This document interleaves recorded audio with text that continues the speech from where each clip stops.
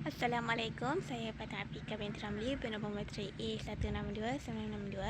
Hari ini saya akan membentangkan laporan kertas kerja di bawah subjek Etika Kerja dan Perkhidmatan Islam yang bertajuk Hubungan Antara Ganjaran dan Etika Kerja Islam dengan Komitmen Pekerja.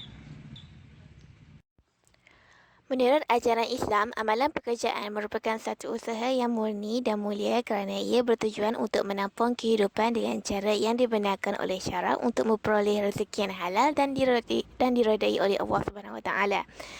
Agama Islam menggalakkan umatnya bekerja kerana orang yang bekerja adalah lebih mulia di sisi Allah Subhanahu Wa Taala berbanding dengan orang yang meminta-minta, sebagaimana firman Allah Subhanahu Wa Taala yang bermaksud, dan carilah apa yang ada yang telah dianugerahkan oleh Allah Subhanahu Wa Taala kepadamu akan negeri akhirat, dan janganlah kamu lupa bahagianmu di dunia ini, dan berbuat baiklah sebagaimana Allah Subhanahu Wa Taala berbuat baik kepada kamu, dan janganlah kamu membuat kerosakan di bumi ini. Sesungguhnya Allah tidak menyukai orang-orang yang berbuat kerosakan. Al-Qasas ayat 77. Konsep ganjaran. Ganjaran secara umumnya dapat ditarifkan sebagai bayaran, pampasan, saraan atau pengurusan gaji dan upah. Istilah ini sering digunakan pakai secara bertukar ganti dalam organisasi, namun masih merujuk kepada maksud yang sama. Manakala dari sudut organisasi, ganjaran merupakan salah satu fungsi pengurusan sumber manusia yang penting, dan ianya melibatkan pentadbiran, perancangan dan pengurusan kepelbagaian sistem ganjaran. Contohnya, bayaran langsung dan tidak langsung atau ganjaran kewangan dan bukan kewangan yang akan dibayar kepada pekerja yang telah melaksanakan tugas dan berkhidmat kepada organisasi. Prinsip sistem ganjaran yang efektif menurut Wilson adalah sistem ganjaran perlu untuk memberikan kesan positif bagi tindakan seseorang. Sistem ganjaran perlu untuk memfokuskan usaha pada cara layanan pelanggan.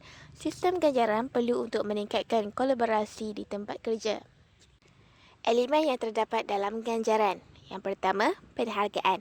Penghargaan adalah satu kaedah yang boleh digunakan oleh pihak majikan di dalam organisasi kajian, seperti memberi pujian, hadiah dan kata-kata semangat kepada pekerja mereka dengan tujuan untuk meningkatkan motivasi pekerja tersebut.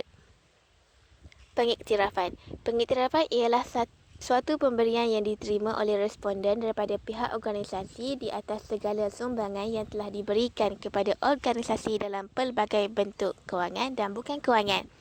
Yang seterusnya, autonomi tugas.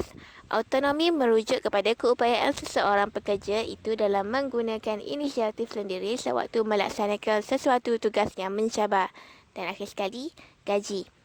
Elemen gaji dapat meningkatkan tahap kepuasan pekerja dalam bekerja. Semakin tinggi nilai upah yang diberikan oleh organisasi, semakin tinggi tahap kepuasan pekerja di organisasi tersebut. Kerana faktor ganjaran mempunyai hubungan yang rapat dengan pencapaian individu. Konsep etika kerja Islam. Konsep etika kerja Islam memiliki asal-usul dari Al-Quran dan perkataan serta perbuatan Nabi Muhammad SAW yang bersabda bahawa kerja keras menyebabkan dosanya diampuni, dan bahawa tidak ada seorang pun memakan makanan yang lebih baik dibanding makanan yang dihasilkan dari pekerjaannya. Dalam Al-Quran, Allah Subhanahu Wa Taala berfirman, katakanlah, bekerjalah kalian, nescaya Allah akan melihat pekerjaanmu serta Rasulnya, dan orang-orang mukmin akan melihat pekerjaanmu itu, dan kalian akan dikembalikan kepada Allah yang mengetahui akan yang gaib dan yang nyata, lalu diberikannya kepadamu apa yang telah kalian kerjakan. Surah At-Taubah ayat 105. Karakter-karakter etika kerja Islam dirumuskan berdasarkan konsep kerja merupakan suatu akidah, kerja berdasarkan ilmu, kerja dengan meneladani sifat-sifat Allah serta mengikuti petunjuk-petunjuknya. Etika kerja Islam. Sikap hidup berdasarkan identiti dengan sistem keimanan atau akidah Islam berkenaan dengan kerja atas dasar pemahaman bersumber dari wahyu dan akal saling bekerja secara profesional. Iman wujud dan terbentuk sebagai pemahaman terhadap wahyu. Dalam hal ini, akal juga berfungsi sebagai sumber.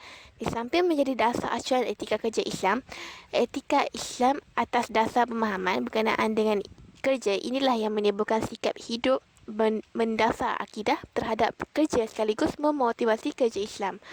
Motivasi di sini timbul dari sistem keimanan atau akidah Islam berkenaan dengan kerja bersumber dari ajaran wahyu dan akal yang saling bekerjasama. Maka, motivasi berangkat dari niat ibadah kepada Allah dan iman terhadap adanya kehidupan ukhrawi yang jauh lebih bermakna. Etika kerja berdasarkan keimanan terhadap ajaran wahyu berkenaan dengan etika kerja dari hasil pemahaman akal yang membentuk sistem keimanan atau akidah Islam sehubungan dengan kerja akidah. Konsep komitmen organisasi. Menurut perspektif Islam, komitmen organisasi merupakan perkaitan di antara kekuatan pengenalan seseorang individu dan tahap penglibatannya dalam sesebuah organisasi berdasarkan Al-Quran dan As-Sunnah. Ia dapat dikategorikan kepada beberapa faktor. Yang pertama, kepercayaan dan penerimaan yang kuat terhadap nilai dan matlamat organisasi, iaitu matlamat utama bukan hanya untuk kebahagiaan di dunia dan akhirat sebagaimana sabda Rasulullah SAW melalui riwayat Baihaqi. Kemahuan berusaha untuk menjadi sebahagian daripada organisasi, iaitu usaha dan tanggungjawab yang ditunjukkan dalam melaksanakan tugas.